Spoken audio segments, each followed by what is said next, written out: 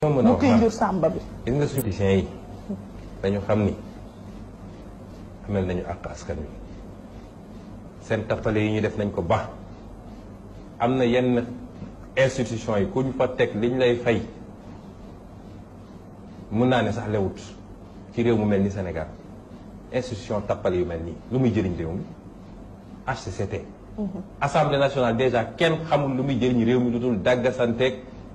wax yu ñàkk solo yoo xam ne amul benn débat ci bu sérieux ci réew mi boo xam ne dégg nga ci Assemblée nationale débat pétrole bi déggoo leen ci débat carburant bu bon bi ñu fi andi déggoo leen ci débat lu nekk ñu ne foofu di séddoo xaalisu réew mi ku nekk naa naka laay def ba nekk président commission ñaata litre carburant lay am nga wëlbati ko andi conseil économique et social kenn xamul lu muy jëriñ laajal sénégalais bu ne fii ne ko loolu lu muy jëriñ xamu ko ñuy wax nga andiwaat lii jël ay milliards réew mi jox ko ay politiciens ñu toog jox leen oto jox leen trip ñuy dem di ñëw te amuñu benn njëriñ ci réew